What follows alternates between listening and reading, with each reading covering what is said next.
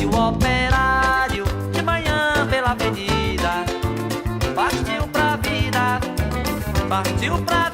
tão sofrida. Meu operário de manhã pela avenida partiu pra vida E depois deles dois veio você, viemos nós. Como você vê, cantando na mesma voz. Muito boa noite, internautas e ouvintes da Rádio Com 104.5 FM e também dos canais do YouTube e Facebook. Nós estamos iniciando mais uma edição do programa Histórias dos Trabalhadores. A nossa convidada é a Eva dos Santos. Seja bem-vinda, Eva, ao programa História dos Trabalhadores. Uma boa noite a todos, boa noite, Lair. É um grande prazer participar dessa conversa entre amigos e amigas, né? Eu tenho minhas raízes aqui plantadas também nesse Sindicato da Alimentação. Então, de bom gosto, estou aqui. Nós agradecemos a tua disposição de vir aqui conversar conosco. E minha primeira pergunta é a seguinte: aonde que tu nasceu, Eva? Bom, eu nasci em Camaquã, num distrito que chamava Pacheca, que já atualmente é emancipado, mas eu nunca conheci o lugar onde eu nasci, saí muito pequena, e depois moramos em Santa Vitória, Rio Grande e Pelotas, né? E de Pelotas depois em São Paulo. Na infância nós fazíamos o circuito dos arroz. O meu avô, meus tios, meu pai, minha mãe eram plantadores, enfim, de arroz, pequenos plantadores, né? Mas então faziam o circuito das lagoas, em função das águas, né? E é por isso que eu lembro desses lugares, assim, mas todos muito nas infâncias. E para Pelotas eu vim aos 5 anos, então a minha referência de cidade é Pelotas. Então, do que tu sabe do tempo do plantio do arroz, da cultura do arroz, do teu pai e dos teus tios, é de ouvir deles. Eles eram arrendatários de... Tinha uma parte de terras que eram deles, do meu avô. Aí depois, enfim, meu avô morreu, mas isso depois venderam, tinha uns caminhões, tinha um trator. Aí venderam, vieram para Pelotas, e aí ao vir para Pelotas, essa autonomia, digamos assim, que a gente ainda tinha, como famílias, viviam todos muito próximos, foi mudando, né? Então a minha memória é memória de criança mesmo, de andar correndo no meio das plantações do arroz, das taipas, né? Então é memória da minha primeira infância. Não sei, assim, eles tinham uma parte que era arrendada, mas era uma parte que era deles, né? Então era... E aí, então, aos 5 anos tu veio para morar onde aqui, né, Pelotas? Aos 5 anos eu vim primeiro, a minha mãe já queria vir, porque as crianças estavam crescendo e a minha mãe entendia que a gente ia estudar. E aí já começou um movimento para vir morar na cidade, que no caso era Pelotas. Eu, nos meus primeiros tempos, eu vim para morar com a minha avó e o meu avô, porque a minha avó Augusta, minha avó materna, ela estava já bem adoecida, assim, ela tinha um problema de coração. E queria, enfim, aquela coisa das famílias grandes, né? Que uma neta viesse, ficasse perto. E aí eu nem queria vir. Isso eu lembro, assim, que eu chorei, que eu não queria, que eu queria ficar com a minha mãezinha. A minha outra irmã que queria vir não veio, aí eu vim. Fiquei eu não sei quanto tempo, assim, eu não recordo, eu lembro dos 5, eu acho que fiquei tipo quase 1 ano, assim, depois minha avó faleceu. E foi um período também muito diferente para mim, porque aí o meu avô e a minha avó moravam no Fragata, próximo da Campos Sales. Então também tinha um terreno muito grande, assim, tinha um plantio, tinha uma horta grande. E mais uma vez eu recordo que a horta era um lugar também que eu brincava muito, gostava de plantar, de acompanhar isso. São as memórias de infância, né, Laíra? Aí depois, quando a minha avó faleceu, a minha mãe, meu pai e meus irmãos já tinham vindo para Pelotas, Aí, desde então, nos juntamos e vivemos, né? Vivemos. Então, essa é um pouco das histórias, assim. Tem uma primeira memória da Pacheca, que é de um lugar onde eu não lembro exatamente, depois desse circuito das lagoas. Eu acho que é por isso que eu sou tão encantada com esse tipo de cenário, tipo de lugar que tem aqui para o sul. E aí, deu 6 anos também, eu sou de uma família que mudou bastante, mudou de muita casa, muito lugar, então depois a gente pode... Aos 6 anos nós morávamos nem é mais esse nome da rua, é na General Maleno, Fragata, e, enfim, a minha mãe era construtora, né? Daquelas mulheres muito... ainda porque ela é viva, meu pai já faleceu. E ela estava sempre no movimento, sempre foram trabalhadores, enfim, nós somos todos de uma família de trabalhadores e trabalhadoras. E ela sempre foi construindo casa, ela projetava, corria atrás das plantas, e meu pai trabalhava fora e também construía, né? Ele era o nosso carpinteiro, pedreiro, enfim. Então foi um pouco isso, assim, Aí nós moramos na Malê, foi onde eu entrei na escola já, no Fernando Trepto, era uma escola que tinha no Fragata. Aquela de Fernando Trepto, o cemitério? Isto. E aí, entre os 6 anos, eu comecei a primeira série ali, depois nós fomos morar na Pinheiro Machado, e aí foi uma outra grande mudança, assim. Nós saímos de uma casa que estava bem... uma casa de alvenaria, essas coisas que a gente vai vivendo, né, Laíra? Era uma casa de alvenaria, que tinha espaço para todo mundo, enfim. Mas as crianças éramos nós, né? Nós estávamos sempre meio adoecidos. Aí a minha mãe foi, eu sei que ela achou lá na... Hoje é próximo na época era Cicaçu, enfim. Era a terceira travessa da Avenida Pino Machado, que é um lugar que para mim foi muito marcante, assim, na minha vida. Então nós fomos, aí eles alugaram uma terra. Sim, mas aí vocês saíram, pode-se dizer naquela época que saíram da cidade para o campo, porque ali... Isso, não, era área rural, ali era área rural, inclusive na característica, no imposto era imposto rural, era uma área, não era urbana, assim, no sentido. Então a gente saiu da cidade e foi morar nessa região. Para quem está nos assistindo e não tem ideia de como seja, né? A Eva morava no Fragata, aqui, por perto da Campos Salles, já bem cidade há muito tempo, ali há muitos anos, já é cidade, e foi lá para perto de onde hoje é o centro de eventos, que naquela época... Não existia. Né? Não existia. Não existia. Nem a Cicaçu depois, que foi ser construída depois. Assim.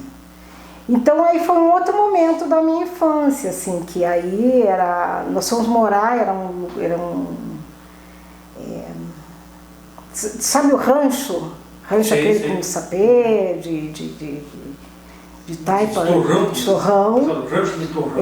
Então era isso, a gente plantava, era um terreno alugado, enfim. A gente plantava, meus pais eram feirantes nessa época.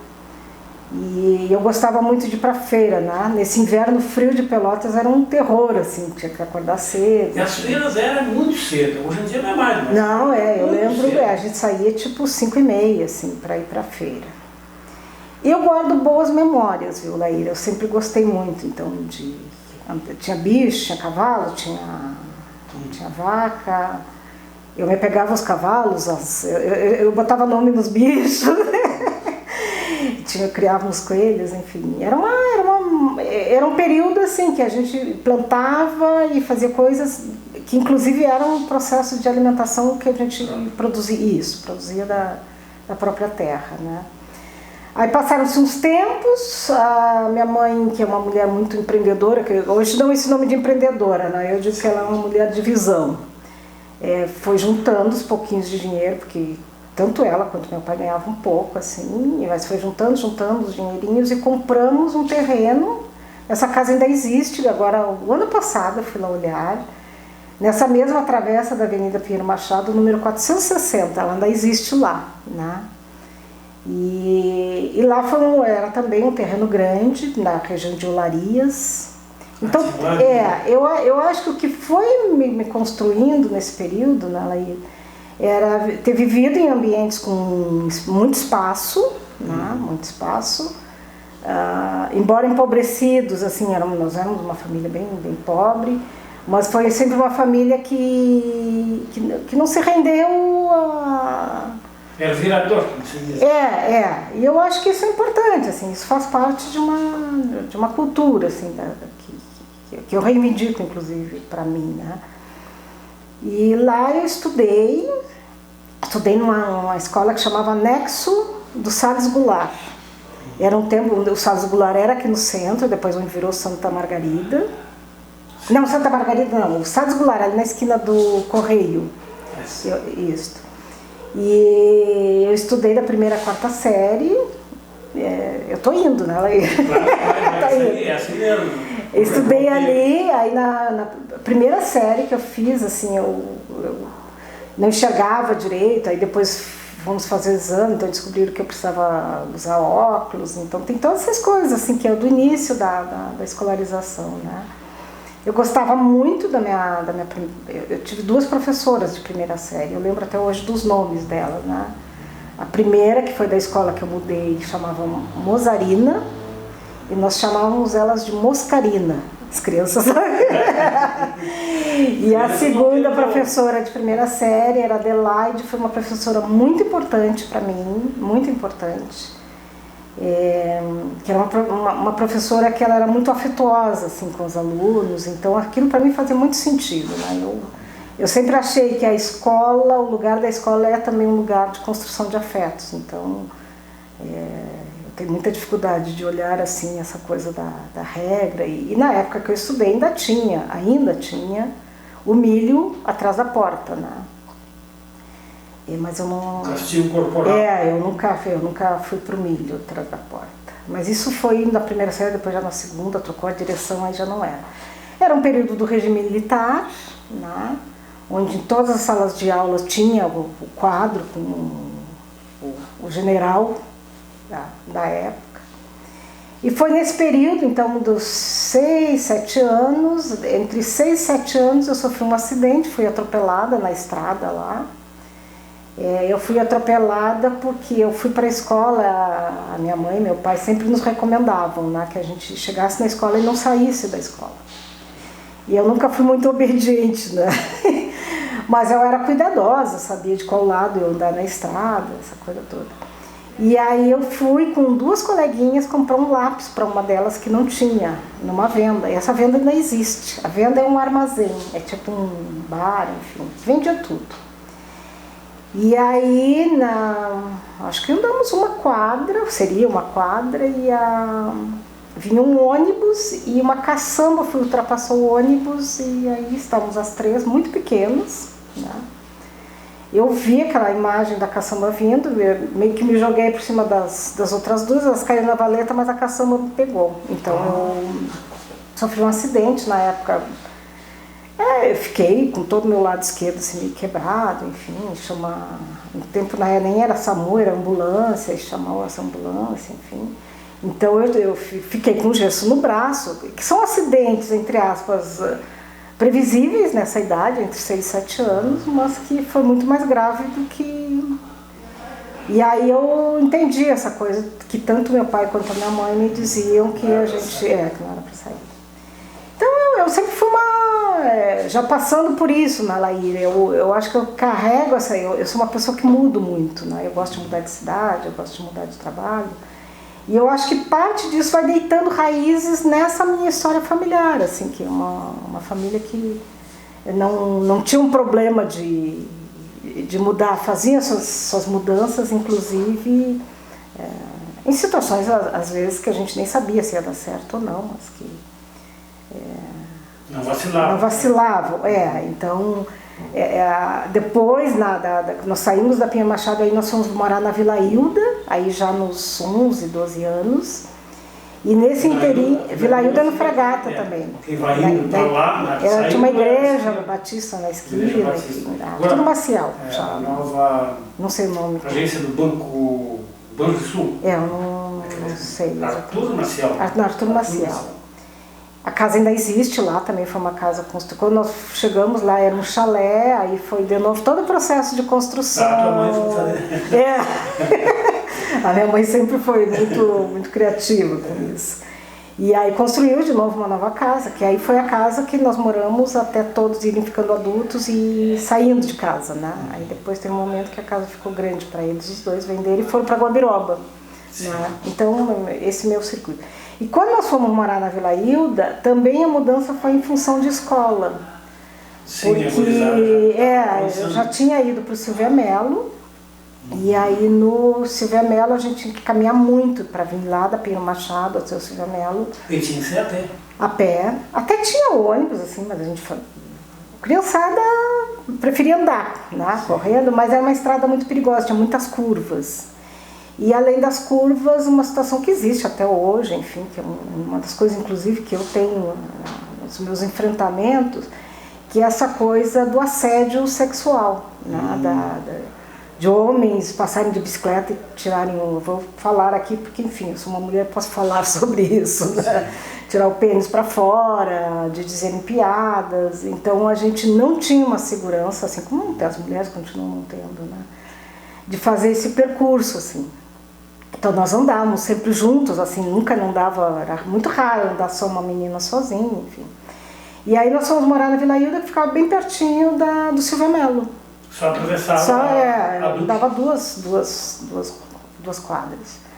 No Silvia Mello eu estudei todo o meu ensino fundamental. Quando eu entrei para o Silvia Mello foi um momento de reforma do ensino, porque era o ginásio, e aí mudou, o ano que eu entrei para a sexta série tinha feito essa mudança, então tirava um ano, tirou as línguas, enfim, foi uma mudança de reforma.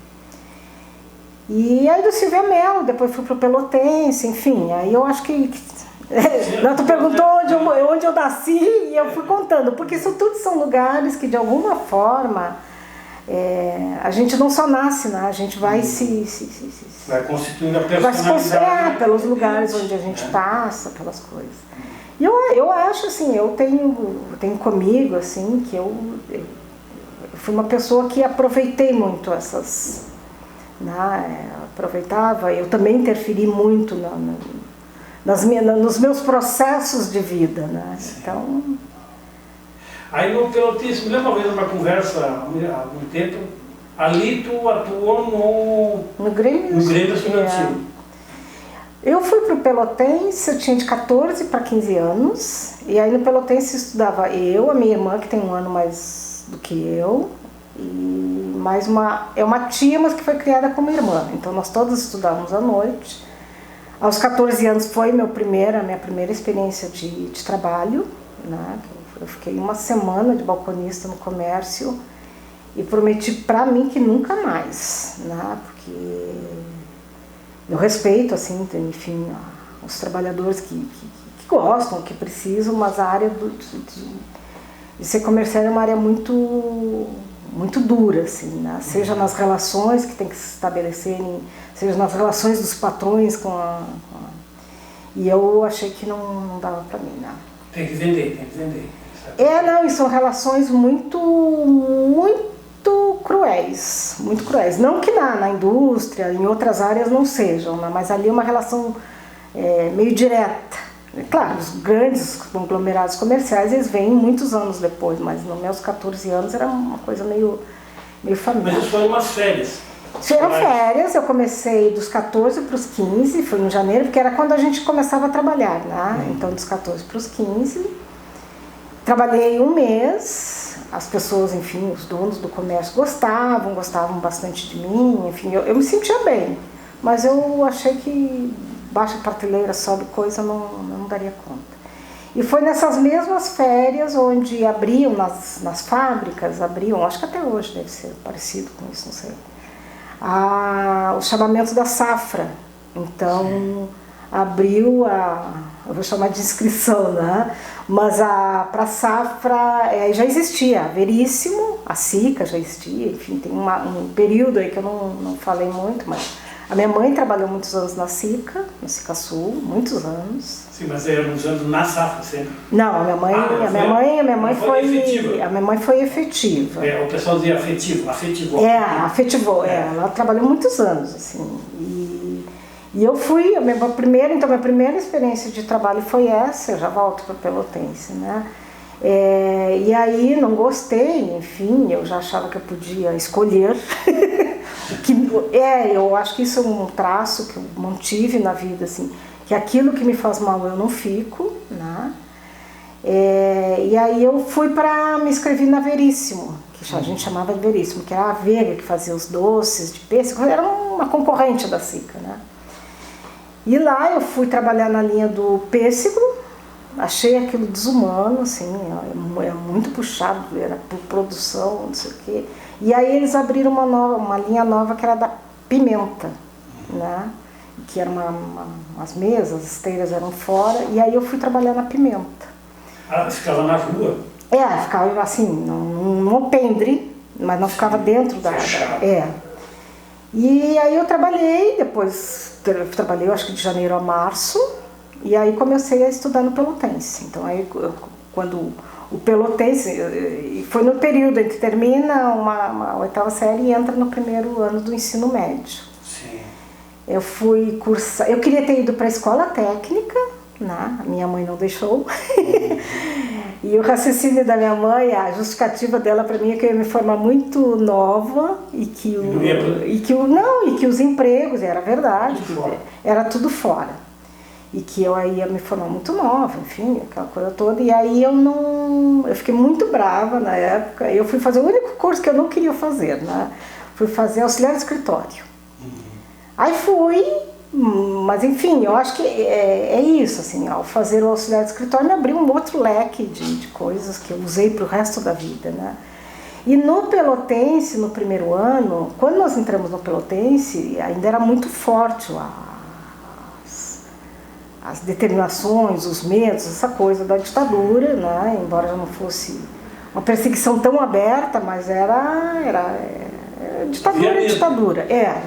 Não tinha liberdade nesse sentido. E aí tem um grupo de pessoas assim que nos encontramos no Pelotense, enfim, ao mesmo tempo que a gente pulava o muro para ir para a avenida, né, a gente também foi começando a entender que era importante ter um grêmio estudantil, né? Eu na época assim, eu tinha uma ideia, como eu não era de nenhuma outra experiência comunitária, o que eu tinha de experiência era muito isso, assim, era coisa da família, né? De como é que a família da minha mãe é muito grande, a do meu pai é uma família menor, que é de Tapes, então nunca veio para Pelotas. Mas eu tinha muito dessa coisa, das negociações familiares, então eu tinha muito tio, muita tia e jogava um carteado, então tu vê assim, tem um movimento, né, que vai compondo, desde tu sacar como é que o outro está fazendo a estratégia, que eu nem sabia dessa palavra na época, né? Então eu acho que isso de alguma forma me ajuda na chegada no Pelotense a ir reconhecendo inclusive pessoas, né? Então foi assim, para encurtar, né? A gente foi um processo de organização do Grêmio Estudantil lá, participei da primeira, isso pós, né, ainda tinha o AI-5, enfim, todas essas coisas truculentas. E aí fundamos o Grêmio, né? Tivemos histórias, assim, fazíamos festa para arrecadar fundos, encontros, seminários, e era toda uma efervescência, assim. Né? E quais eram as demandas que chegavam? Para o Grêmio, assim, na época tinha muita coisa, assim, de discutir a coisa das aulas, né? Então, professores muito autoritários, a liberdade na escola, então tinha gente que queria ficar no corredor, e na época tinha, não sei como é que está agora nas escolas, mas o inspetor de disciplina, né? Então, eu acho que fundamentalmente, isso já era 76, 77, por aí, tinha um sentido da construção de liberdade, assim, que a gente queria, não queria viver só sob o tacão de que não pode, é proibido, se vocês fizerem isso, vocês vão ser enquadrados na lei. Então tinha, né? Como tem até hoje, né, Laíra? Qualquer devia ter muito. Tinha muito infiltrado. Das roupas, do cabelo, salzona, né? Não sei como é que é.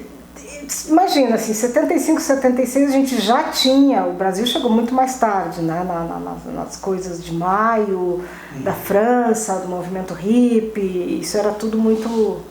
O Brasil, eu brinco, a gente chega sempre uma década depois, essas coisas de qualquer continente, né, então a gente vai também se reorganizando.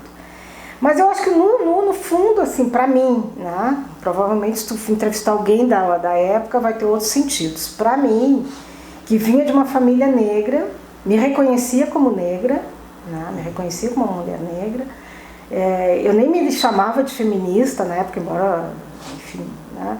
Mas eu me reconhecia como uma mulher que não baixava a cabeça para ninguém me mandando, então, imagina, era uma moleca, né? Sempre fui baixinha, então, era uma moleca atrevida, assim. Mas muito, muito carinhosa, então eu sempre fui muito estudiosa, não rodava, Era difícil de pegar, né? Então assim, ó, a história do Grêmio, para mim ela foi fundamental, porque era isso, assim, primeiro, que eu encontrei gente que era que nem eu, assim, que gostava de... Uma vez nós fomos todos isso... Fiquei com muito medo na época, nós íamos ser todos expulsos, porque nós estávamos jogando apagador, né? Enquanto dava intervalo de uma aula a outra, aí o professor veio, eu nem vou citar o nome do professor porque ele é muito conhecido aqui em Pelotas. Aí ele veio e sentou na cadeira e ficou com a parte de trás toda marcada do giz. Aí foi uma gargalhada na sala, ele ficou muito bravo, com razão, e perguntou quem tinha feito aquilo, ninguém falou, né? Aí mandou toda a turma para o diretor, e fomos toda a turma para o diretor. Eu na minha cabeça disse, como é que eu vou contar em casa que eu fui expulsa? E a minha irmã estudava na minha aula, nós éramos da mesma sala. E a minha irmã era muito quieta, muito tranquila. Provavelmente aí ficamos naquela, quem entrega, quem não entrega, ninguém entregou ninguém, aí voltou todo mundo, né? Toda a turma fez o combinado de que a gente ia cuidar para não fazer mais isso, enfim, e eu acho que foi isso mesmo. Então, no Pelotense tinha um pouco dessa coisa da construção de liberdade, né? Do poder se juntar, né? Porque também isso, eu acho que um dos piores resultados das ditaduras é tu fraciona as pessoas, é como se tu não pudesse te juntar, tu não pudesse discutir ideias comuns, enfim. E nós tínhamos alguns professores e professores que nos incentivavam também, né? Essa coisa de fazer, desde as coisas muito simples de fazer trabalho em grupo, que a gente geralmente não gosta de fazer trabalho em grupo, né? Mas com o tempo a gente, quem quer, né? Tem gente que entende de outras formas, a gente vai entendendo que o trabalho em grupo é também uma forma de tu ir discutindo, conversando sobre as tuas ideias, troca ideia. Então no Pelotense, nessa época, os professores que a gente gostava mais eram os professores que faziam essas ações mais coletivas, mais instigando para que a gente participasse de uma forma mais coletiva. Eu era do turno da noite, então o Pelotense tinha 3 turnos muito diferentes, os da manhã, os da tarde e os da noite, né? A minha turma, assim, no Grêmio tinha gente dos 3 turnos, mas a maioria era do turno da noite. E eu acho que foi isso, assim, eu participei em 76, 77, que aí eu já fui para a universidade, né? No final de 77, no início de 78 fiz o vestibular, aí passei. Mas eu acho que o que ficou de fruto era isso, assim, a gente fazia algumas ações de solidariedade ali com o pessoal da Castilhos, alunos que estavam, né, e a gente mantinha, eu acho que era assim, o Grêmio não tinha sede, então nós pegamos um lugar embaixo da escada, tinha uma escada, não existe essa escada, era um entulho, assim, aí a gente desentulhou, nós íamos no sábado lá para arrumar, enfim, e começamos a manter aquele espaço como um espaço aberto. Né? Então, às vezes as pessoas vão lá conversar, assim. Tinha muito caso que na época, assim, eu nem sabia contar como é que era isso, mas muito caso de violência doméstica com as meninas por parte dos pais, essa coisa, quem tu pensa que tu é. Então, foi um lugar, e eu acho que era isso, né, Laíra? atrasado, em que as mulheres buscaram mais forte depois, porque se olhar 60, né, eu não tenho estudo sobre isso, né? Uma turma milita na área, né? A década de 60 é absolutamente diferente da década de 80, né, para as mulheres. Eu acho, viu, Laíra, assim, o que me fica, porque a memória é uma coisa que ela vai guardando partes, né, e outras vai mudando, né, a gente não o que viveu.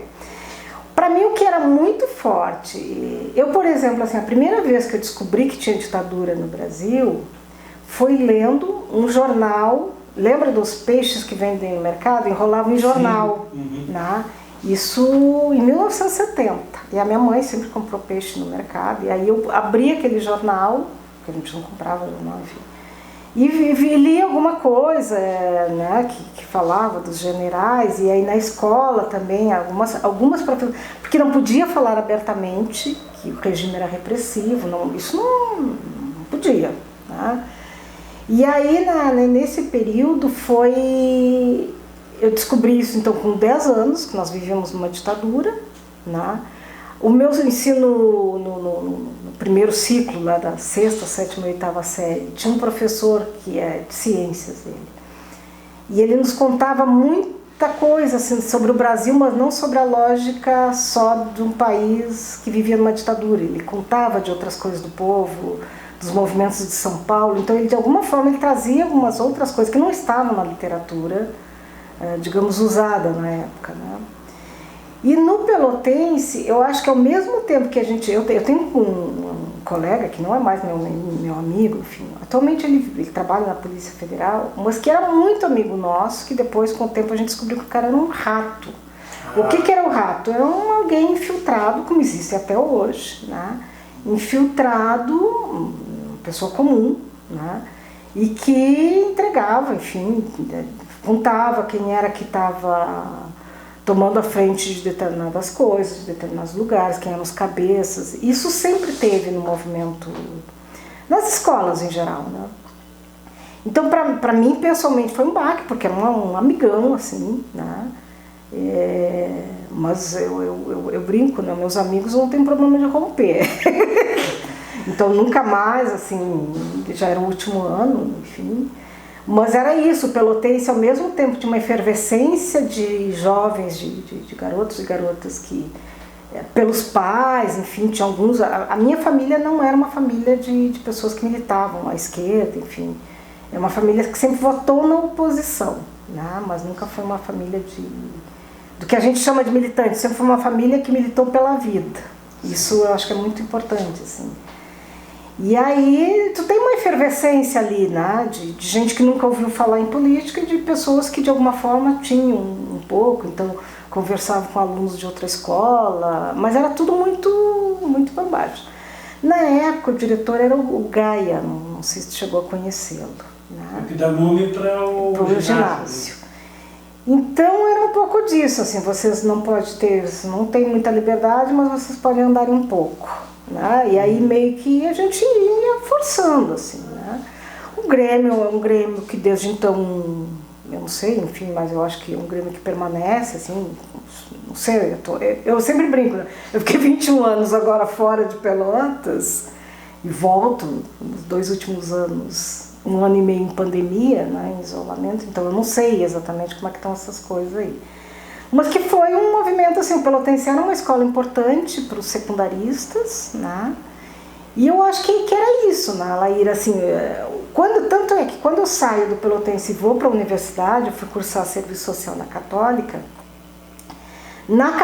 tinha um movimento por reativação, na época do DCE e do serviço social tinha que depois virou, era centro acadêmico ou diretório acadêmico, então tinha uma discussão inclusive política, ideológica, que os centros acadêmicos eram livres, eram pré-ditaduras, e aí eu participei dessa conversa, eu era muito nova, assim, né? Então a Adelina era já era professora Adelina. Era professora nessa época, fui colega da Bernadette Lovatel, então E tinha um grupo de estudantes que já eram mais velhas, assim, mais velhas, não tão velhas, eram 2, 3 anos mais. Entrei com 17, elas tinham 19, 20 anos por aí. E que estavam nesse processo de construção da reorganização dos estudantes de serviço social. Aí acabou passando, vencendo a proposta do diretório acadêmico. Paralelo a isso, foi um processo também de reconstrução do DCE, né, que aí o Ivan, o Renato, tinha um pessoal mais para trás, o Ronald, enfim, tinha uma turma grande. E eu na universidade eu fui fazendo um pouco isso, assim, eu entrei no serviço social, a católica era paga, não tinha na época, eu já trabalhava, aí nesse período eu já trabalhava assiduamente, assim, que aí eu parei de contar dos meus processos de trabalho, né, e eu trabalhava durante o dia e estudava à noite. Isso já no período pelotense ali? No Pelotense eu trabalhei nesse janeiro, fevereiro, março, aí eu parei, e aí em dezembro de 77, não antes, 76 eu acho, eu comecei a trabalhar na Almeida, que era uma fábrica Almeida, que ficava no final. E lá eu vi no jornal, no Diário Popular, na época botava lá como é que é? O anúncio, né? Então a gente mandava um certo currículo, aí na época eu já tinha um currículo que eu estava fazendo um curso de auxiliar de escritório, enfim, trabalhei muitos anos na Almeida. E aí na Almeida eu passei, era para trabalhar no setor de contabilidade, né? Eu fazia datilografia, então, mas depois eu comecei a trabalhar com contabilidade, uma máquina imensa, assim, eu ficava atrás da máquina, né? Com os papéis enormes. Aprendi muito, muito, muito com o contador, muito assim foi. Eu acho que eu tenho sempre, não é uma felicidade, é uma escolha, né? Como eu gosto de aprender, eu acho sempre pessoas que gostam de distribuir esse seu saber, né? Então eu trabalhei na Almeida na contabilidade por um tempão, aí depois eu consegui o crédito educativo para a Católica. E aí aí eu parei de trabalhar aquele restante de semestre.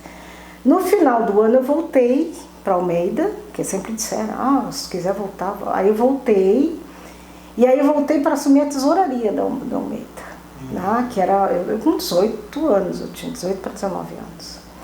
Eu até hoje eu acho que foi uma temeridade, não por incapacidade, nem por desonestidade, mas pelo tamanho da tarefa, da responsabilidade. Não, mas já me aconteceu também, dei conta, como é que eu tive coragem? Dei conta da coisa, então tinha que pagar os trabalhadores, os fornecedores, as contas, que eu ficava muito brava, as contas dos gerentes, né? E então a tesouraria tinha um cofre enorme atrás de mim, então eu tinha que guardar o dinheiro, vai sacar dinheiro. Mas foi também um outro, eu acho que eu saio da história da contabilidade, fico um tempo fora, que aí eu fiquei só estudando o restante daquele semestre, voltei no final do ano, e ali eu segui trabalhando por mais um tempo. Na época, na Almeida, eu já comecei a discutir, que aí eu já estava no serviço social, a história das creches, né? Eu disse, como não tem creche para... E a Almeida era uma fábrica pequena, assim, mas a minha mãe já trabalhava em fábrica, tinha uma irmã que trabalhava em fábrica.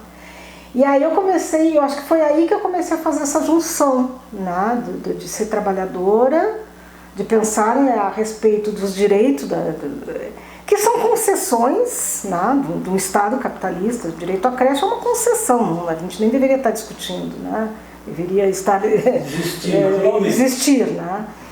E aí eu acho que eu fui correndo não era um dos paralelos, assim, o Pelotense ainda era um lugar que eu ainda não tinha um lugar fixo de trabalho, depois já no finalzinho do curso que eu começo a ser uma trabalhadora permanente. E aí na universidade, eu era na universidade de serviço social, na Católica em geral, tinham muitas, o serviço social era fundamentalmente mulheres, né? A turma que eu fiz eram só mulheres. Eventualmente tinha alguém que se identificava como homem, né? Mas muitas pessoas não trabalhavam, então viviam com os familiares, eram sustentadas pelos familiares. Eu não tiro demérito, né? eu entendi, inclusive, que eu deveria ter o direito de estudar, só estudar, né? E aí, quando eu consegui, saiu o crédito, eu tinha, na época, eram 2 tipos de crédito, era o crédito educativo de manutenção e o crédito educativo que pagava mensalidade. Então, manutenção a gente podia comprar livro, um pouco disso, e o da anuidade passava direto para a universidade. E aí foi nesse período, então aí eu me larguei no mundo. Militava, eu permaneço ainda com o nome de militância na Lair.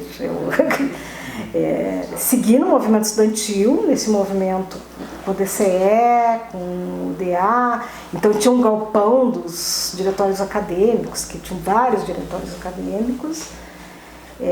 Foi um período, estudei, eu fiz o curso no tempo regular, né?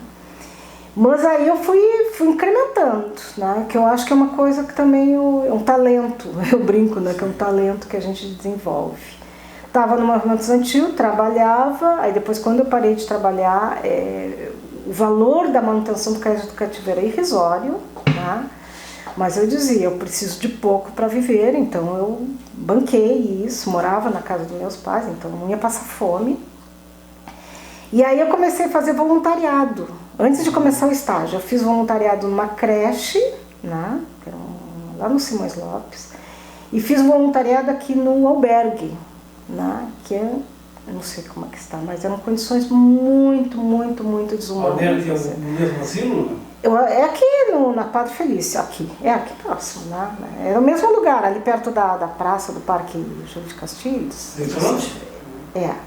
Então eu fazia um voluntariado ali. De idosos ali só? Não, é albergue. O albergue onde vão as pessoas que estão em situação de rua, quando fica muito frio, enfim. E até tinha uns moradores permanentes. Então começa também aí uma expansão de olhar para a cidade, assim, que é uma coisa. Então eu gostava, então no movimento estudantil eu conversava, eu lia muito. Eu fui representante no curso de serviço social, representante discente nos colegiados, né? Então eu tinha uma vida acadêmica para além do estudo, eu era representante, estava nas assembleias. Fizemos uma greve grande na Católica, acho que a primeira greve geral que teve na Católica nesse período, ainda era ditadura, né? E que foi histórica, assim, né? Muito, muito forte. Assim. E qual era a demanda da greve? A greve era mensalidades, era a democratização da universidade, eu não vou lembrar de todas as bandeiras, né? Mas era a democratização da universidade, a questão dos custos, ou seja, a gente lutava, enfim, embora estudássemos numa universidade privada, né? A gente lutava também contra a exorbitância dos valores dos cursos, que isso de alguma forma não viabilizava para que se fosse mais acessível. Essa coisa do direito, respeitar o direito e reconhecer o direito à organização dos estudantes e das estudantes. E aí depois tinha as pautas de curso, né? Mas eu acho que o fundamental tinha essa coisa da democratização da universidade. Foi a primeira greve da Universidade Católica? Foi uma greve grande. E aí teve um episódio nessa época, num dos dias da greve lá, que as estudantes de serviço social, nós sentamos na escadaria, ainda existe, o prédio é o mesmo, enfim, entra ali pela Gonçalves Chaves. E aí tinha uma assembleia geral lá e os estudantes mais à direita, conservadores, foram para a assembleia, tipo assim, querendo defender as mulheres do serviço social, e eles diziam, porque estão usando as moças do serviço social. Aí nós ficamos muito bravos, né? E aí a gente dizia assim, olha, aqui ninguém é usado. E a menina que na época, eu era da diretoria, mas não era presidente. Desde o início a gente foi trabalhando com a coisa essa do colegiado, a gente não construiu um conceito de diretoria estrito senso, né? E aí a Célia foi lá, e aí a Célia era super bacana, assim, uma mulher já usada e tudo. Mas essa coisa do moça, para ela ainda era era um valor, né? E aí ela foi e fez um discurso belíssimo, muito forte. E aí ela dizia assim, moço sim, usadas não. Não usadas do ponto de vista sexual, mas que nós estávamos ali e nós sabíamos que nós não estávamos sendo usadas, né? E, então eu acho que do período da universidade, depois eu fui fazer estágio em Vila, fiz na Virgílio Costa, né? Era um período lá da... Não tinha saúde, não tinha... É que nem era, não tinha saúde, não tinha emprego, era uma ocupação recente, foi mesmo período da ocupação da Fragete. Então é um período de efervescência, eu estudo nesse período de efervescência, assim, que das organizações de várias vilas, por causa da questão do direito à moradia, né? O direito à moradia. O pessoal lutava por água, por luz, por tudo. Posto de saúde, por colégio, por regulamento, por iluminação pública, por tudo. Não tinha, de vez em quando... Porque a cidade tinha explodido, né? Pelotas tinha crescido muito, tinha crescido muito, e eu acho que tem uma outra coisa, viu, Laíra, que eu acho que quando se vive em momentos mais democratizados, mais democráticos, né, a capacidade de auto-organização da população, do povo, ela é muito maior. Né? As pessoas, não é nem só, claro, se tiver emprego, né, já cria uma certa autonomia, né, no sentido de que tu não vai morrer de fome.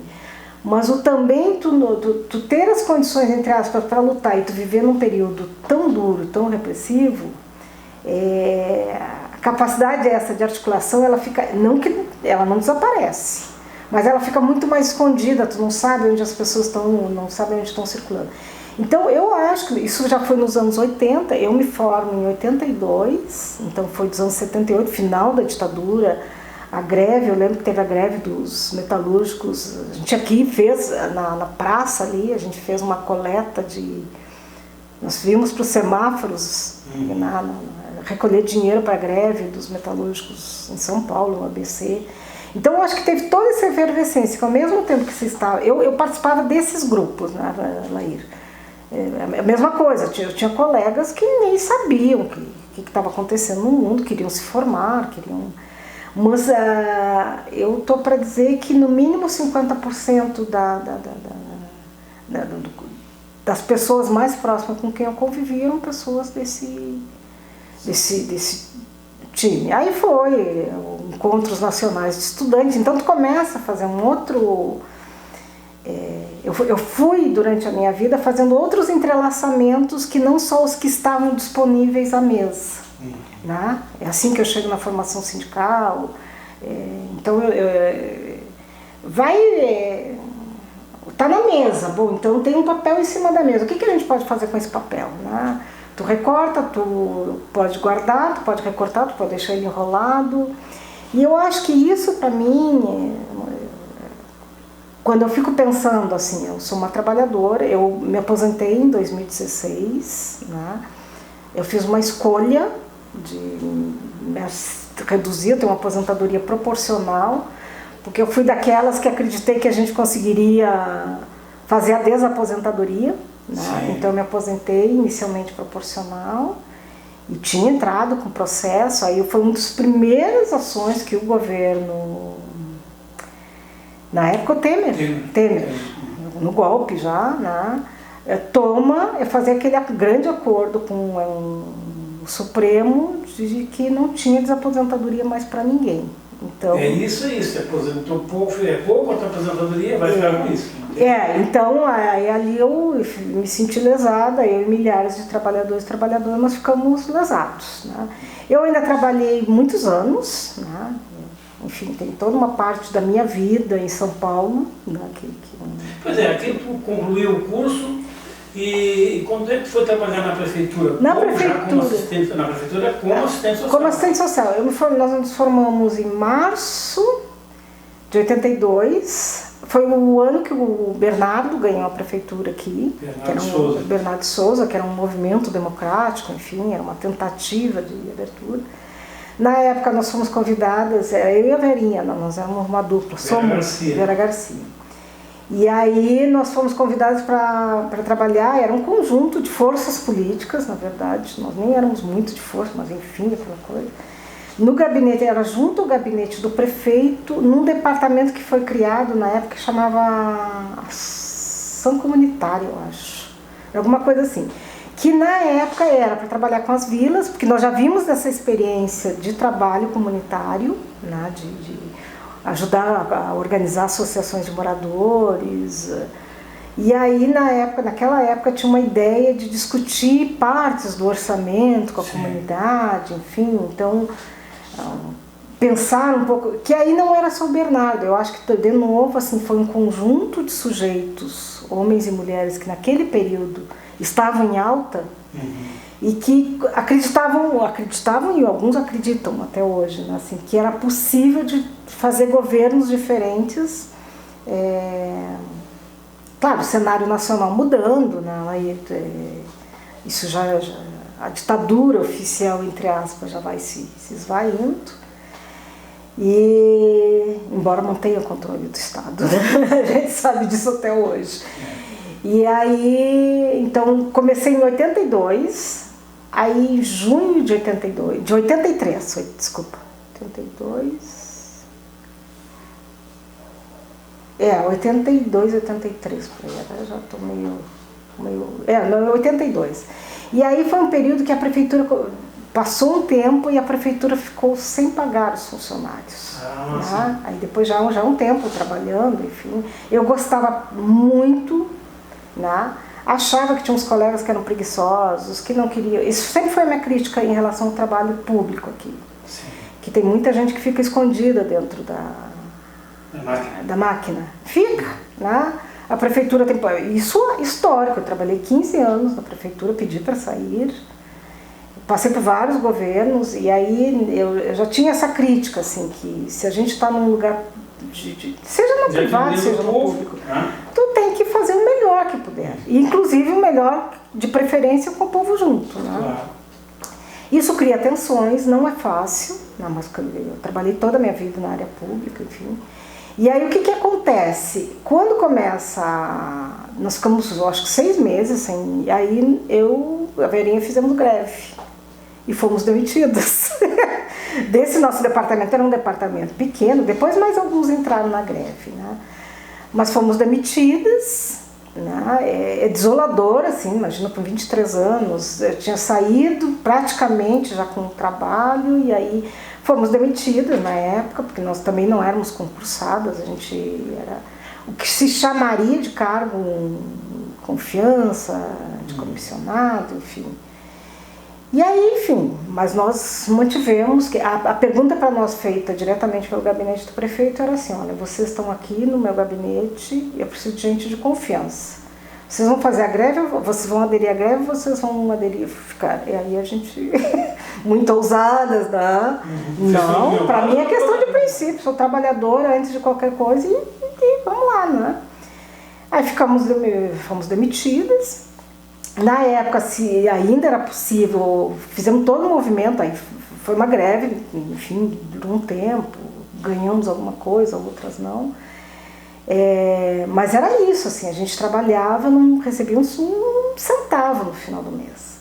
E aí, depois de muita negociação, conseguiram negociar uns bônus com supermercados, né, que o Casarinho, o Guanabara, que a gente comprava e quando a prefeitura fosse pagar, ia aquilo ser descontado. Foi um período muito estranho, assim, porque da relação do capital, mesmo capital-estado, quando a gente trabalha, pressupõe-se que tu vai receber, né? Tu fez alguma coisa nesse sentido. Então, e aí foi onde eu já começo também a me envolver com o movimento sindical dos municipários, né? Ficamos 9 meses, aí a proposta da prefeitura era que nós ficássemos num banco, que é uma coisa que algumas prefeituras ainda usam, é tipo a salinha do medo, né? Tu fica lá no banco. Eu fui um dia, bater o cartão na entrada e na saída. Eu acho isso uma das piores coisas que algumas prefeituras ainda fazem. Isso foi antes da demissão ou depois da demissão e vocês vão... Não, nós fomos demitidas. Aí fruto do movimento da greve... Houve a reintegração.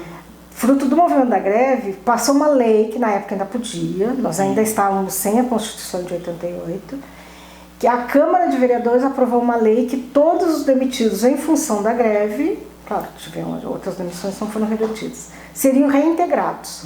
Aí nós fomos reintegradas, só que reintegradas sem local de trabalho. Então nós era para ir na Secretaria de Recursos Humanos, da administração na época, e ficava lá, era para ficar assim, batia o cartão, esperava e batia o cartão. Eu achava isso de uma desonestidade com o recurso público, e aí eu disse, eu não vou fazer isso, e não fiz. Eu fiz um dia, fui lá, olhei, eu digo, não vou fazer isso, e não fui mais, nós ficamos 9 meses, fui fazer isso, né? Fui me envolver com o movimento, na época eu fui, era o PACAB, então o PACAB tinha muita dificuldade essa coisa também de se relacionar com as associações. Aí a gente foi fazer um trabalho nas vilas, é daí que eu conheço, acho que foi daí que eu também comecei nessa relação com o Sindicato da Alimentação. Já participava na época de uma forma mais organizada de um movimento feminista aqui em Pelotas, nós éramos poucas, mas nós éramos valentes, né? Que nos reivindicávamos, porque tinha muitas mulheres da esquerda que entendiam que não tinha essa conversa de ser feminista, que nós éramos todos iguais, e a gente diz, não, olha, se tu sentar na Assembleia, a prevalência da tua fala vai ser sempre menor, né? A gente sempre tem maior dificuldade, não de falar, né, Laíra, mas de toda uma construção e de espaço. Isso na briga agora, recentemente histórico, né? Então eu acho que sempre me animou um pouco isso. Então nós ficamos 9 meses, depois dos 9 meses fomos efetivamente reintegradas. Aí já sob a égide nas discussões da Constituição, aí eu fiquei um tempo na Secretaria de Habitação, Urbanismo e Meio Ambiente, ficava ali na praça. E aí depois começou a crescer a saúde aqui, aí foi o período que o Ricardo Nogueira, enfim, tinha aquelas ideias, vão ampliar as UBS. Aí o Ricardo Nogueira convidou para ir trabalhar na saúde. Sim. E aí daí que eu me vou vida fora pela saúde, né? Então também, sempre muito foi na saúde e no Sindicato dos Municipários, porque em 89 nós tínhamos uma direção, aí já era uma outra greve, né? E aí a diretoria estava vacilando demais, enfim, no meio da greve, a gente usa a expressão, derrubamos a diretoria, mas enfim, teve um processo todo de rearticulação da categoria, né? Surgiram outras pessoas, enfim. E aí foi onde fundamos o SIMP, o Sindicato dos Municipais, era a AMP, Associação dos Municipários de Pelotas, que aí foi muitos anos, né? Foi uma associação. Nem podia ter sindicato, esse público não podia. Não, aí, então assim, ó, eu acho, assim, ó, dos lugares que eu circulei e circulo, né? Sempre foram, eu não era das primeiras, porque outros chegaram antes assim, não que chegaram apressadamente, mas outras pessoas já lutaram por aquilo. Mas eu sempre estive num lugar que é de abrir caminhos, né, Laíra? Eu brinco, eu tenho dificuldade de fechar conta. Não de fechar conta monetariamente, né, mas eu gosto de... E é isso, assim, então no SIMP não podia, aí a gente fundou e foi um sindicato. Acho que a gente fez um trabalho riquíssimo. Antes do SIMP, eu comecei ainda na fundação da CUT, então participei antes do SIMP. Nós fundamos aqui a Associação dos Assistentes Sociais, chamava APASP. Associação dos Assistentes Sociais de Pelotas, que não existia, enfim, e era pré-sindicato.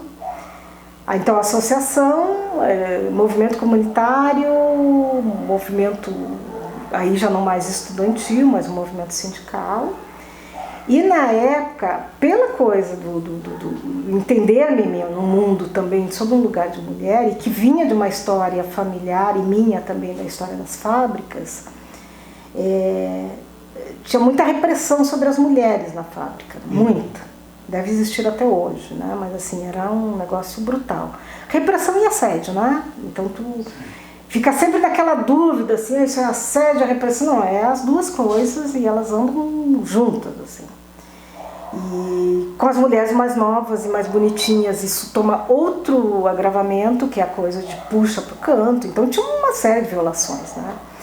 E aí eu comecei a história, nós começamos como de um grupo de, acho que nós éramos umas 7, 8 mulheres lá que nós... E aí a gente queria trabalhar com as mulheres e me aproximei do sindicato da alimentação. Sim. Então eu comecei a conviver com vocês. Tu nem era Laíra ainda, né? O Laíra nem estava aqui. O Laíra só se descobriu depois, né?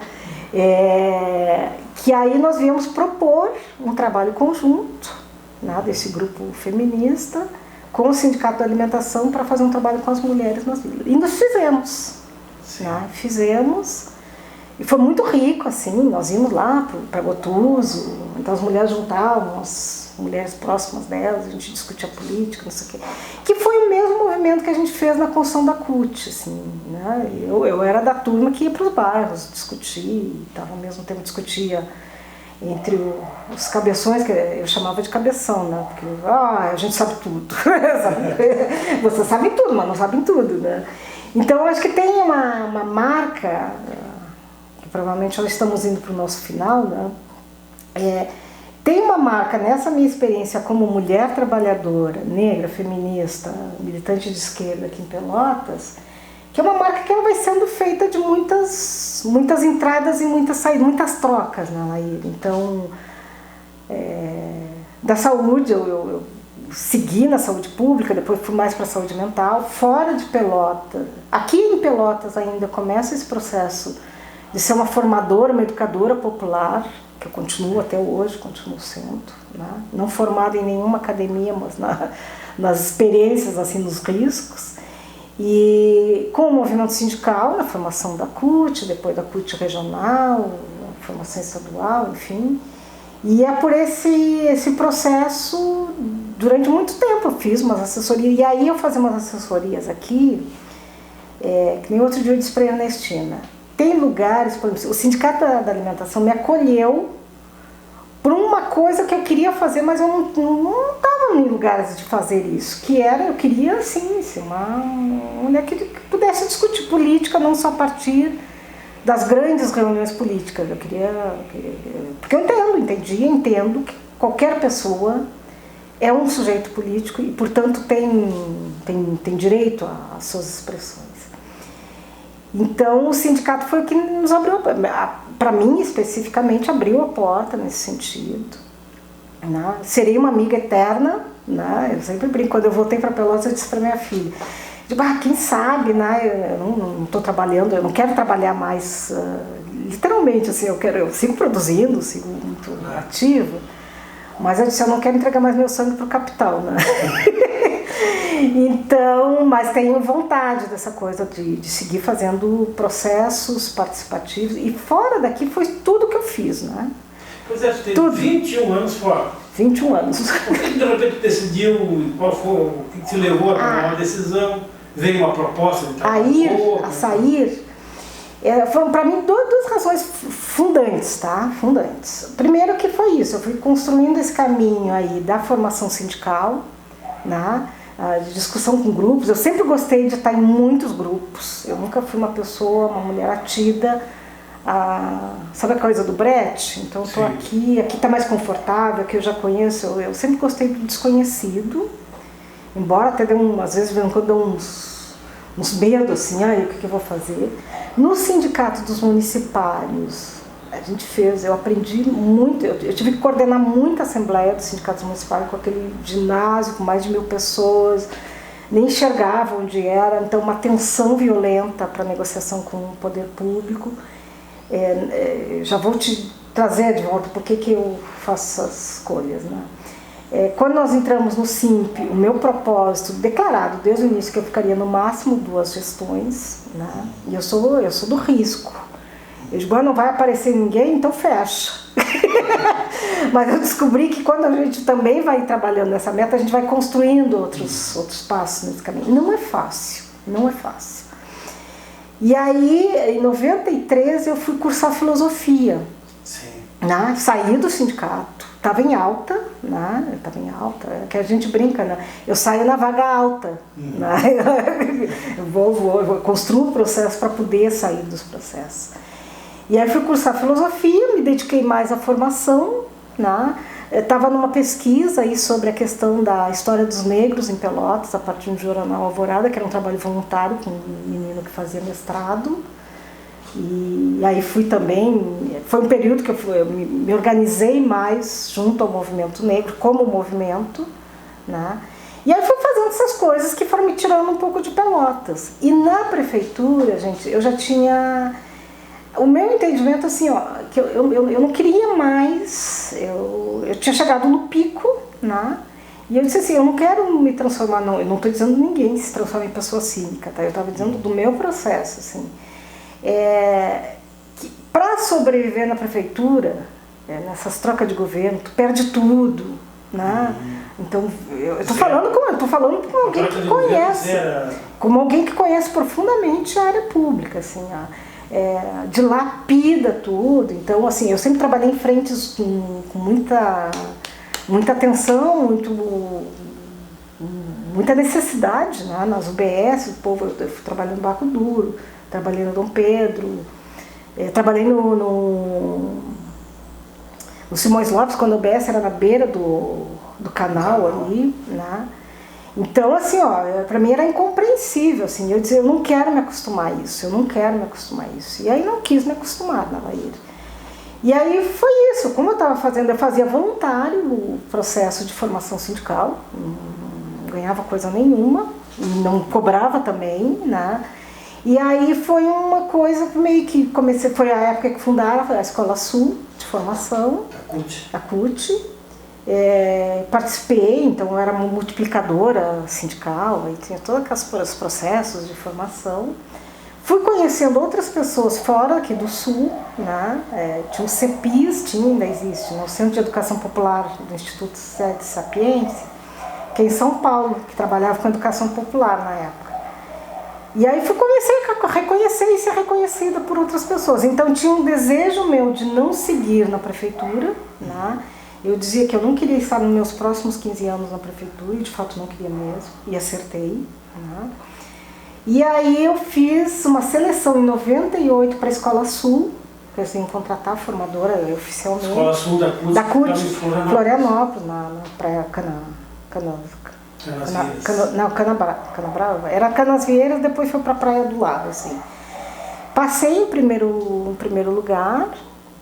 E aí, isso foi no dia 8 de março de 98, né? 8 de março de 98, fiz o processo seletivo, tinha bastante gente concorrendo, passei. E aí, nesse inteirinho entre passar, aí eu pedi demissão, eu saí daqui de Pelotas, saí da prefeitura em setembro, então que eu pedi um tempo na escola que eu precisava, eu trabalhava com muito grupo, né, nas UBS, que eu precisava ir saindo aos poucos, não dava para chegar assim. Olha, eu já trabalhava com a população com sofrimento psíquico, com gestantes, enfim, tudo muito de risco, assim. E aí eu fiquei 6 meses nesse meu processo de saída da prefeitura. E aí quando eu ia assumir na Escola Sul, o pessoal do SED Sapiência, lá do CEPIS, eles achavam que eu nunca ia sair de Pelotas, enfim. Aí entenderam que eu ia sair mesmo, correram e me chamaram, né? Aí me propuseram, que achavam que aquelas coisas, né, que eu brinco que os homens acham que tu tem um bom perfil. Eu perguntava, o que é perfil? Mas está de lado. Mas que, enfim, era alguém que eles estavam já buscando, alguém que tivesse esse tipo de diálogo, assim, por diversas interfaces. E aí aí aceitei, né? Aceitei trabalhar como educadora popular, que era num programa, que era um programa do CEPIS, era um programa triangulado, assim, quadrangular, né? Então era o CEPIS, tinha as prefeituras conveniadas e a Miserior, que é uma instituição alemã, da Igreja Católica? Da Igreja Católica, né? Teve um período que era muito forte aqui no Brasil. E as universidades e os movimentos sociais. Então esse programa ele chamava Ampliação da Participação Popular nos Espaços Públicos Locais. O nome era imenso, né? O propósito era imenso, a ousadia era imensa, e eu estou para te dizer assim, ó, que funcionou em alguns municípios e em outros não. Né? Nos que funcionou, era um processo temporário, ele não era permanente, então a gente tinha em torno de meses. Aí chegava, reunia com as universidades, movimentos, eram reuniões conjuntas. Né? Isso em que região mais ou menos de São Paulo? Aí era Brasil, mais de São Paulo para baixo, Paraná, Rio Grande do Sul e Santa Catarina. Eva, né? Nós éramos uma equipe pequena. Eu trabalhei em Alvorada, que depois eu me viro secretária em Alvorada, por causa desse trabalho. Fui convidada a assumir uma secretaria por causa desse trabalho. Eu fiquei em Alvorada, Mandaguaçu, no Paraná, e em Chapecó, em Santa Catarina. Eu especificamente, aí tinha um outro colega que trabalhava em outros municípios. Mas como é que era? Um período num, um período no outro, um período no outro? Era concomitante. Como é que administrava isso? Eu fiquei ainda morando, depois que eu saí, a minha despedida foi aqui no Sindicato da Alimentação. Ganhei festinha de despedida, enfim.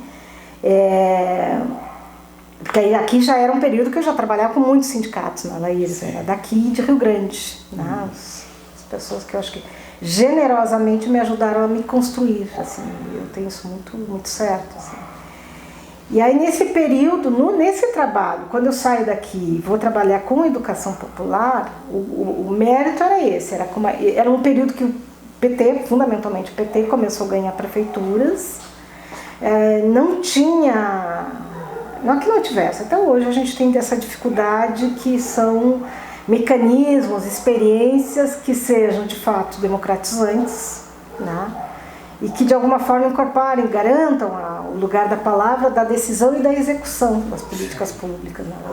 Então esse projeto ele tinha um pouco essa, não chegar na finaleira, não era um executor, mas era um mobilizador e um mediador, né, que entre essas partes, entendendo aí universidades não só como produtoras de conhecimento, mas que também conseguissem olhar para os movimentos sociais daquelas cidades das quais elas estavam localizadas. A maioria dessas prefeituras tinha um orçamento participativo, então tinha um departamento, uma secretaria, alguma coisa que tratava da participação popular. Os movimentos sociais era quem quisesse, né? Então e aí era uma coisa de auto-organização. Eu ia 2 vezes ao mês. E agora eu já conto um pouco como é que a gente fazia esse processo. E movimento de trabalhadores rurais, trabalhadores urbanos, municipários, então tinha uma diversidade, movimentos comunitários, assim, algumas associações de moradores, poucas, né? Como até hoje, assim, tem uma dificuldade de se entender como nessa relação com a prefeitura, de não ser alguém só que pede a concessão, né? Eu acho que ainda existe uma dificuldade muito intensa assim, de se enxergar como um sujeito nessa relação de poder municipal. Né? Então era mais. E o CEPIS, enfim, então a gente fazia, e aí, reunido todos esses segmentos, então tinha reuniões de 50 pessoas, assim, não era todos os movimentos, eram representantes desses movimentos que ficavam com compromissos posteriores de fazer, tinha uma ideia da multiplicação, né? Que isso já era foi um período que a CUT foi trabalhando muito com essa ideia dos multiplicadores, que pessoas que de alguma forma se desenvolviam, digamos, competências e habilidades para isso, que iam trabalhando e que iam animando, né, outros grupos dessa forma. Então a gente foi fazendo isso nos municípios. Tinha uma discussão de orçamento, no orçamento participativo, enfim, tinha processos completamente diferentes nas cidades, uns mais abertos, outros mais fechados. Mas o central é que foi assim, que a gente começava desde a identificação de um possível diagnóstico, o movimento sindical já vinha trabalhando com diagnóstico participativo, então tinha os profissionais que trabalhavam com diagnóstico, essa coisa toda, mas que a gente ia fazendo muito dessa coisa de pensar a cidade a partir de um ponto de vista em processo, né? Em processo. Então, eram governos recentes, governos do PT recente, as universidades com poucos professores progressistas, né? Mas que também entendiam que a sua sobrevivência dentro da universidade, ela também precisava de que tivesse uma alavanca externa, seja do poder municipal, seja dos movimentos, para inclusive, eu brinco, é como se fosse um movimento de respiratório, né? Para abrir não abrir o pulmão a fórceps, né? Mas para ampliar a capacidade de respiração, tu precisa também que tenha outras forças que te injetem, né? Energias externas, né? Então eu acho que foi assim, era um movimento, onde não tinha universidade, enfim, a vida seguinte. Então nessa chegada nas cidades, a gente fazia essa discussão ampliada e se fazia também uma discussão com o colegiado de secretários e secretárias de cada município. Tenso, né? Nunca desistimos, avançamos bastante. Acho que teve um município que deu ré, né? Não foi um dos municípios que eu trabalhava, assim, mas que deu ré. E esse processo, ele durou. Eu comecei a trabalhar no CEPIS em 98 e saí em 2001. Então eu fiquei em 98, 99 e 2000. Né? A gente sempre tinha, então era contratado, nós recebíamos por isso. Era um convênio estabelecido legalmente, passava pelas câmaras de vereadores. Quem participava tinha como responsabilidade de fazer essa discussão também para dentro dos seus espaços, de trazer as suas conclusões. E a ideia central era essa, gente, era pensar o processo participativo nas cidades. Né? Tem lugares que até hoje eu mantenho contato, que as pessoas ainda... Alvorada é um município, assim, que é Alvorada, de Chapecó um pouco menos, durante muito tempo. Mas aí depois Chapecó começou a ganhar direita lá e aí as pessoas vão mudando, vão se deslocando. Aí em 2000, aí tu vai para onde? 2000? Em 2000, então assim, 98, 99, eu trabalhava fora, eu trabalhava no Paraná, Rio Grande do Sul, Santa Catarina, morava em Pelotas, mas foi um período que eu chegava e eu ficava alguns dias em Pelotas. Então, porque a gente tinha que organizar o material, tinha que fazer relatório, tinha que pesquisar, tinha que investir, tinha que estruturar, né? É um trabalho necessário, né? A gente não só fala, né, Laíra? A gente tem que também sistematizar, ver aprendizados. Aí em 2000 eu me mudei de Pelotas definitivamente para São Paulo. Então em 2000 eu fui morar em São Paulo. Só que aí, como é que era aquele meu esquema antes? Assim, que não era um esquema, não era o meu jeito, era a proposta de trabalho, que eu ficava os dias que fossem necessários em viagem e que tinha alguns dias, no mínimo uma semana para sistematizar essas coisas, e essa uma semana eu ficava em trabalho, que nem hoje a gente diria trabalho remoto. Né? Eu ficava à disposição, mas eu ficava na minha casa. A Anaí era pequena, que é minha filha, né? Então esse era no mínimo, eu ficava em torno de 15 dias, assim, uma semana, e ia uma semana fora, depois ficava uma semana aqui e as outras 2 fora, mas intercalado. E aí quando eu fui para São Paulo, eu tinha que ir para a sede do CEPIS. E aí aquilo começou, São Paulo para mim no início foi muito difícil, depois, para mim é minha cidade de escolha, né? É a cidade que a minha casa está lá, né? E depois de anos eu fui me adaptando assim, em São Paulo. Então eu fiquei 2001 eu pedi demissão do CEPIS, porque para mim não fazia muito sentido os dias que eu não estava em viagem, ir para a sede. Aí me lembrou um pouco desse processo meu da prefeitura aqui, assim, né? Tu fica ali meio... Eu digo, não quero. Embora o centro inteiro, o Instituto Sedes, é um espaço, é um lugar, é grande, assim, e é um lugar que teve muito forte a luta contra a ditadura militar, então tem isso na sua história, então não é um lugar de arrego, né? E lá no CEPIS eu entrei no ano seguinte eu virei coordenadora, né, por escolha da equipe. Foi muito duro para mim, muito duro. Mas foi um período para mim que a gente tinha muita convivência com o Frei Beto, o movimento latino-americano. Aí eu fui indo, né? Foi um período que a gente começou, eu entrei num grupo que a gente fez vários intercâmbios latino-americanos, é um projeto que chamava Brás Cuba. Começou com Cuba. E aí é tudo muito parecido, viu? Vai se juntando, enfim. Então, das prefeituras, eu fiquei até 2001, Aí eram as prefeituras e um movimento latino-americano. Então, pelo CEPIS, nós tínhamos jornadas de educação popular, era uma por ano. Teve na Argentina, teve duas, uma em São Paulo, uma em Salvador, que foram as 3 que eu participei, assim, que a gente organizava, vinha gente de muitos lugares, para discutir a questão da educação popular latino-americana, né? E aí em 2001 aí eu queria me assentar em São Paulo. Aí eu pedi demissão, fui depois, me falaram, enfim, estava desempregada, né? Fiquei 15 dias desempregada.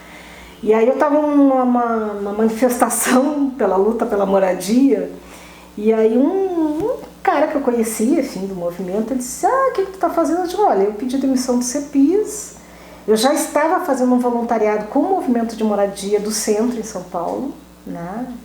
É que a gente não trabalhava em São Paulo pelo CEPIS, mas aí eu já fazia um voluntariado, um processo imenso, assim, de formação também, né?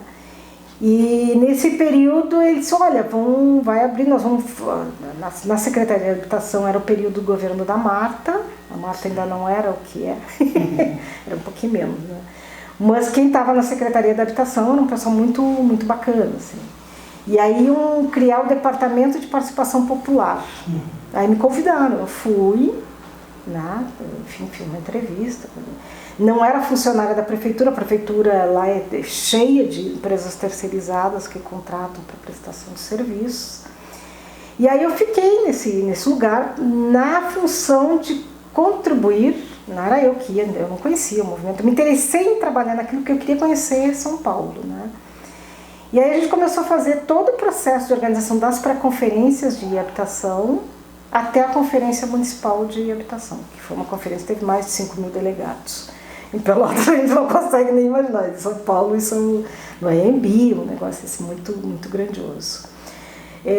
Na véspera, então eu fazia toda essa coisa do descontrole, quem era delegado, quem não era, enfim. E aí na véspera da conferência abrir, eu tive uma dor muito forte, muito forte, muito forte. Terminei todas as listas, não sei o quê, já deitada assim, né, na cama. E aí quando terminei eu disse pro Sérgio, que era meu companheiro, e eu disse assim, eu preciso ir pro hospital. Ele já, desde de manhã ele queria que eu fosse, eu disse, não, eu preciso terminar isso, não sei o quê. Aí fui pro hospital, cirurgia imediata de apendicite. E um pouquinho antes disso, entre eu saí, aí fiquei na Secretaria da Habitação até o início de 2002, e aí a prefeita, na época que era a Estela, em Alvorada, me ligou no final de tarde, perguntando se eu topava vir para trabalhar em Alvorada, que era no Rio Grande do Sul. E que eu tinha que dar a resposta naquela mesma data, porque ia ter uma reunião do diretório, dos secretários, não sei o que estavam fazendo uma reformulação. Aí conversa com a família, conversa com minha filha. Minha filha estava morando aqui com o pai dela, na época ela ficou um ano em São Paulo, e aí foi muito difícil para ela, então ela voltou. Aí eu avaliei, né, de bom, eu me movo também pela minha filha, pela minha neta, eu faço umas quebradas, né? Não é só eu que quero. E aí voltei, fui para Alvorada, e em Alvorada, que é uma outra abertura, viu? Eu fui secretária, a gente inventou um nome, de gestão participativa. Eu tinha sido convidada para ser secretária de, relações com a comunidade, era uma coisa mais ou menos assim. Por causa do trabalho que a gente tinha feito pelo CEPIS nos anos anteriores. E aí eu, na discussão com a prefeita, eu dizia assim, olha, eu continuo acreditando isso até hoje, eu provo, que não é possível no orçamento participativo tu discutir só a verba que é de investimento, porque a maior parte das verbas de orçamento... Custeio. Não é só custeio, né, Laís? Tem uma grande parte, por exemplo, juros da dívida. Pode pôr a discussão isso com a comunidade. Deve pôr. A verba que já fica praticamente ajeitada lá, não estou dizendo que as pessoas são desonestas, tá? Mas, por exemplo, manutenção de rua. Então, tem que deixar, né? Então, isso entra, não, nós vamos calçar tal rua, X. Mas tem, por exemplo, do lixo... Não sei, que são grandes verbas no orçamento, que elas nem entram em discussão, né? Elas nem, raras experiências, de orçamento participativo aqui no Brasil conseguiram radicalizar a esse ponto de discutir 100% do orçamento, 100%. Não estou dizendo que ia ser 100% votado, mas discutir, inclusive para pensar, olha, é possível que a comunidade organizada tenha outras proposições que não só um grupo de 30 agentes públicos, né? Isso funcionou em parte, mas na maior parte não. Então eu fiquei 2 anos e meio em Alvorada e saí de Alvorada porque aí chegou o período eleitoral e aí tem as tensões dos grupos políticos, enfim. Então, como eu não me alinhei ao grupo que seria majoritário naquele momento, eu brinco, né? Só 2 lugares que eu fui convidada a sair. Um foi de Alvorada, que foi um trabalho muito bom, mas é isso, né? Tem um cenário político. E aí eu já era um período que eu queria, eu vim para Alvorada já com a intenção de voltar depois que terminasse a tarefa ali para São Paulo. Isso foi em 2004, 2005, e aí de forma bem rápida. Aí eu fui trabalhar assumir a coordenação de um centro de defesa dos direitos da criança e do adolescente, porque aí eu já circulava nessa coisa dos conselhos, aqui em Pelotas, na Laír. Muita história. Aqui eu tive na fundação do Conselho Municipal de Saúde daqui, fui da comissão de fiscalização, enfim, era do movimento sanitarista aqui. Então acho que tem muita história assim, que vai recheando e vai não só dizendo quem a gente é, mas também abrindo outros... Que lugar é esse que a gente vai circulando, né? Então, quando eu chego em Alvorada para ser uma gestora municipal, eu já conhecia conselhos, já conhecia orçamento, já conhecia o que dá e o que não dá certo nas coisas. Acreditava, sim, acredito e confirmo sempre que é possível tu discutir o orçamento 100%, é possível tu repensar outras formas de administração que não seja só essa do fala que eu discuto, né, de uma relação mais paternalista, não sei, tem um negócio estranhos assim. E aí São Paulo foi isso. Aí São Paulo eu fui para a área de defesa dos direitos da criança e do adolescente, que era trabalhar com adolescentes e familiares de alto risco, altíssimo risco de violência da polícia, tráfico. A periferia de São Paulo, por mais que a gente conte o que é, não tem nenhum paralelo aqui, né, seja em termos da... E o operário de manhã pela avenida partiu pra vida tão sofrida. Meu operário de manhã pela avenida partiu pra vida